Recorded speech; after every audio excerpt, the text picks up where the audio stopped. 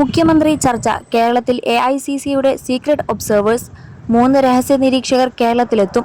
സംസ്ഥാനത്തെ പൊതുവികാരം വിലയിരുത്തി ഹൈക്കമാൻഡിന് റിപ്പോർട്ട് നൽകുന്നതിനാണ് രഹസ്യ നിരീക്ഷകരെ നിയോഗിച്ചത്. അതേസമയം കോൺഗ്രസിലെ മുഖ്യമന്ത്രി തർക്കത്തിൽ ഹൈക്കമാൻഡിൽ വീണ്ടും ചർച്ചയ്ക്ക് ഒരുങ്ങി. KPCC മുൻ അധ്യക്ഷന്മാരെ AICC അടിയന്തരമായി ഡൽഹിക്ക് വിളിപ്പിച്ചു. K. സുധാകരനും K. മുരളീധരനും നാളെ ഹൈക്കമാൻഡുമായി ചർച്ച നടത്തും. ഇരുവരോടും ഉടൻ ഡൽഹിയിൽ എത്താനാണ് രാഹുൽ ഗാന്ധിയുടെ നിർദ്ദേശം.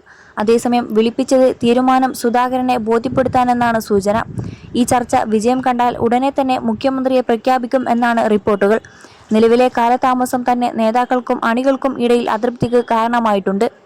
മുഴുവൻ മുൻ PCC അധ്യക്ഷന്മാരെയും ഡൽഹിക്ക് വിളിപ്പിച്ചിട്ടുണ്ട്.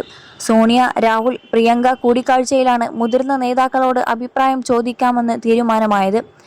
MA ഹസൻ, മുല്ലപ്പള്ളി രാമചന്ദ്രൻ എന്നിവരെയും ഡൽഹിക്ക് വിളിച്ചിട്ടുണ്ട്. എന്നാൽ തർക്കം വിജയത്തിന്റെ ശോഭ കെടുത്തുന്നതാണെന്ന് പറഞ്ഞ മുല്ലപ്പള്ളി ഡൽഹിയിലേക്കില്ലെന്നും നേതൃത്വത്തെ നിലപാട് അറിയിക്കുമെന്നും പ്രതികരിച്ചു. അതേസമയം ആരോഗ്യ പ്രശ്നങ്ങളുള്ള VM സുധീരനെ ഡൽഹിയിലേക്ക് വിളിപ്പിച്ചിട്ടുണ്ടോ എന്ന കാര്യത്തിൽ വ്യക്തതയില്ല. അദ്ദേഹത്തിന്റെ അഭിപ്രായം ഫോണിലൂടെ തേടാനും സാധ്യതയുണ്ട്. ഇന്ന് വൈകിട്ടോടെ അദ്ദേഹവുമായി AICC നേതൃത്വം ആശയവിനിമയം നടത്തുമെന്നാണ് സൂചന. മുതിർന്ന നേതാവായ AK ആന്റണിയുടെ നിലപാടും നിർണായകമാവും. 21 ലക്ഷത്തോളം സന്തുഷ്ടരായ ഉപഭോക്താക്കളും 2 ലക്ഷത്തോളം തിമിര ശസ്ത്രക്രിയകളും പൂർത്തിയാക്കിയ മലബാറിലെ ഏക കണ്ണാശുപത്രി Ansalama high hospital, hospital road, Perinthalmanna. KPCC working പ്രസിഡന്റുമാരോടും ഡൽഹിയിലേക്ക് എത്താൻ നിർദ്ദേശിച്ചിട്ടുണ്ട്.